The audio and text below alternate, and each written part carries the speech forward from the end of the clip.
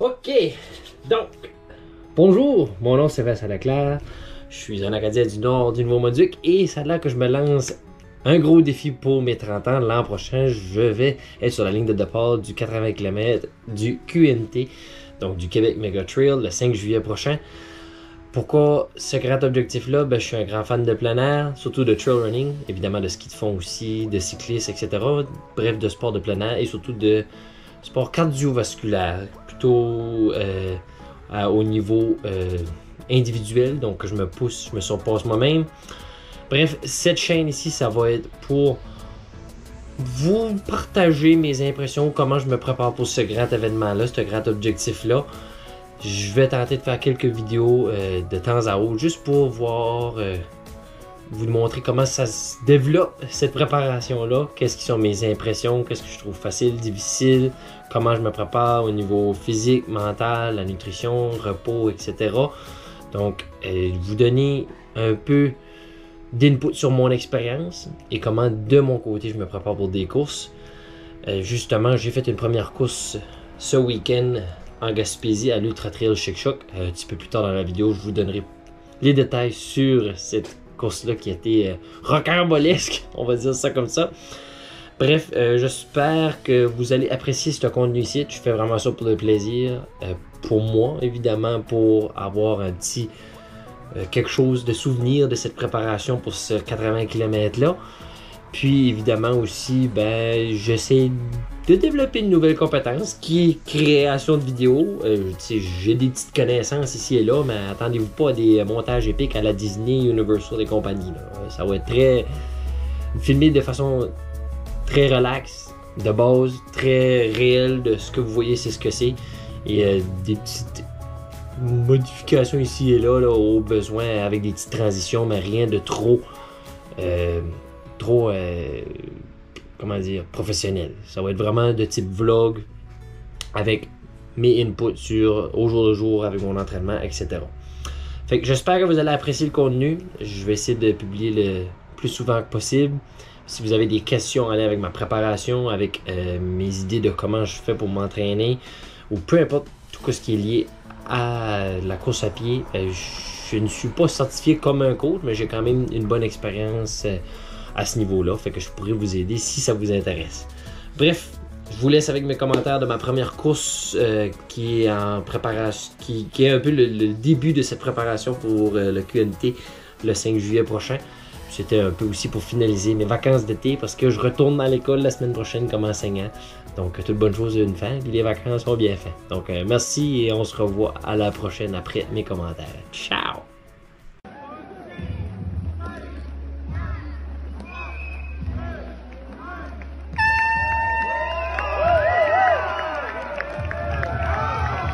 Go Vincent! Wouhou!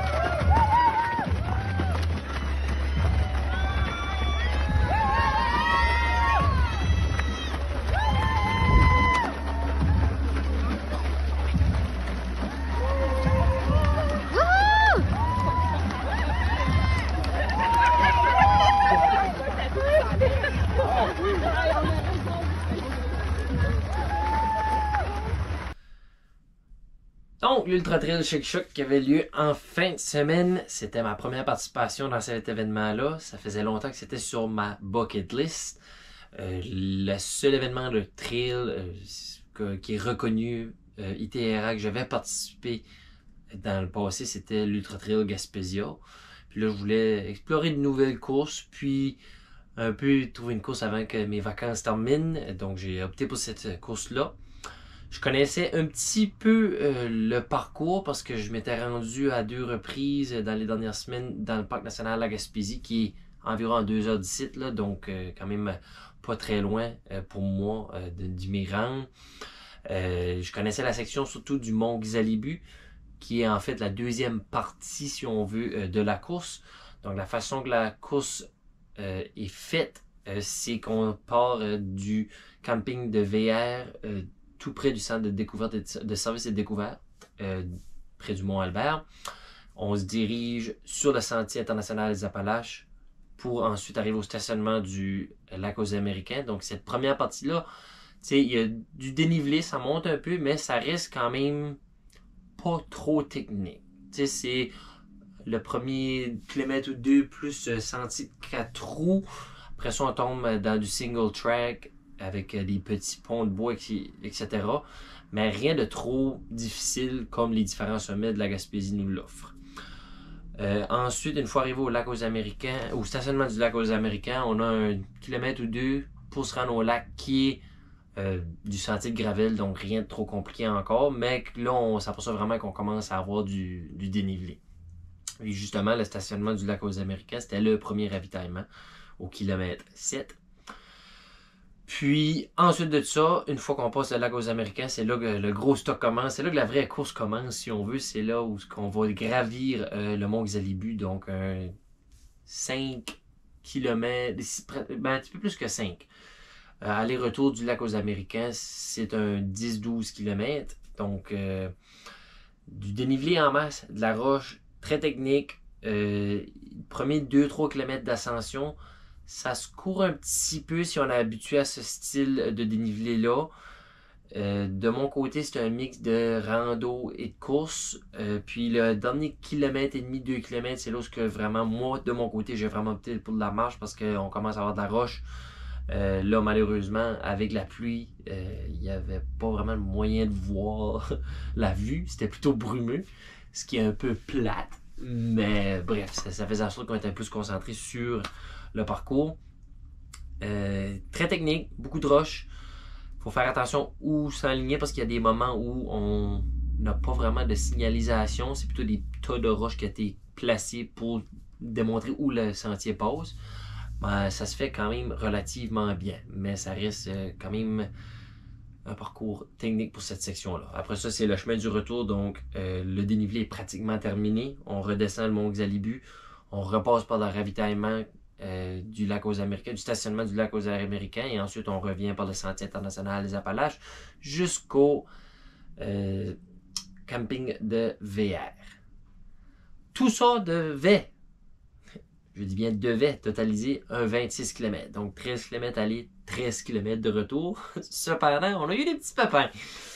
Déjà, il y avait la température qui était plutôt difficile. De mon côté, je suis parfois quand même bien dans la pluie, donc il fallait juste faire attention de ne pas trop glisser pour se blesser. J'ai eu une petite chute, mais rien de trop grave. Là. J'ai récupéré assez bien, merci. On a eu une petite erreur dans le premier 500 mètres de la course. On nous avait demandé de suivre les petits drapeaux jaunes.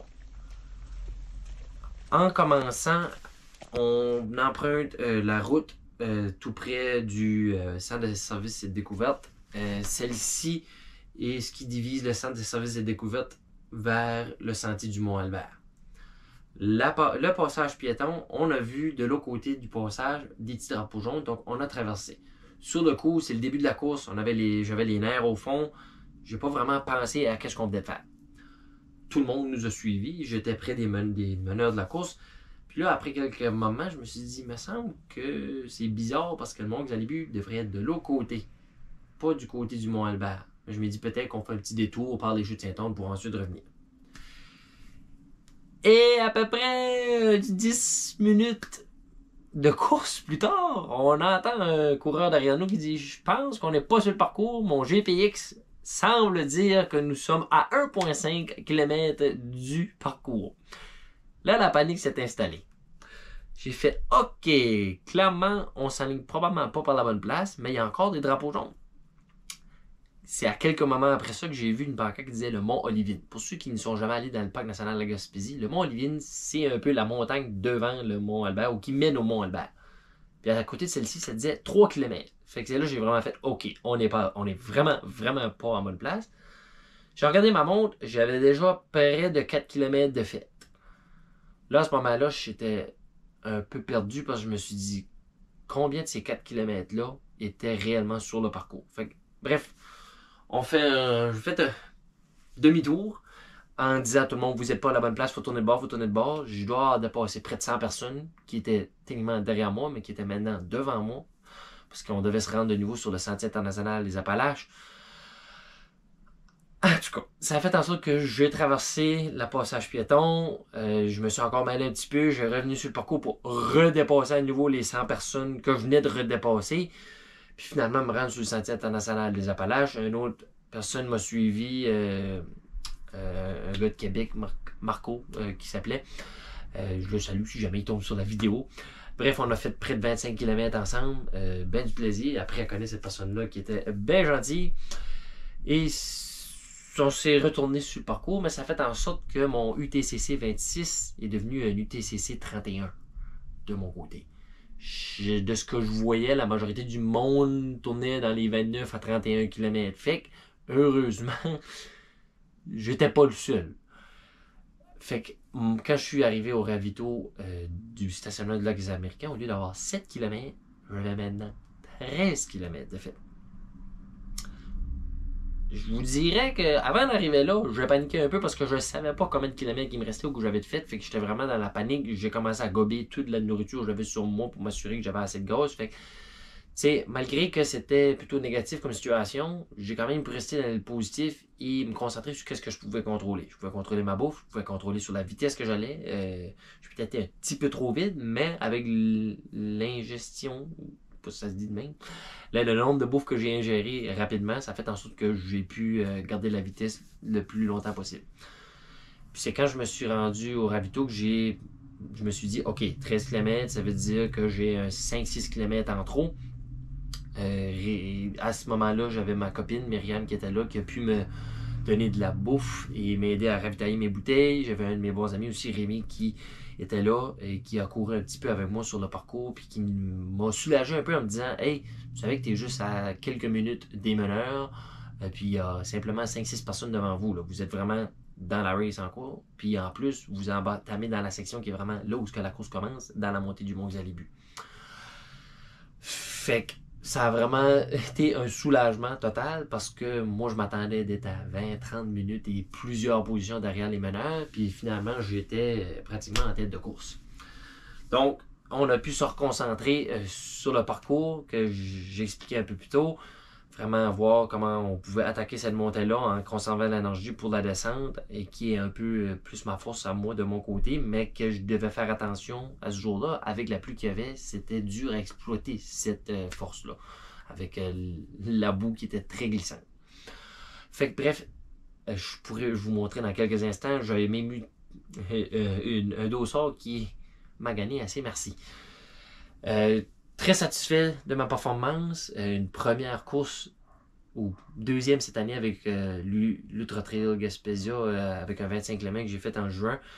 Mais première vraie course qui me prépare pour le QMT 80 l'an prochain. Fait que j'ai hâte de voir où tout cela me mènera dans les prochaines semaines et mois en préparation du QMT 80. Comment ça se passe, Vincent? C'est humide? C'est humide un peu. On va regarder à 15 kg, mais il est pas au top encore, faut voir. Ça va bien.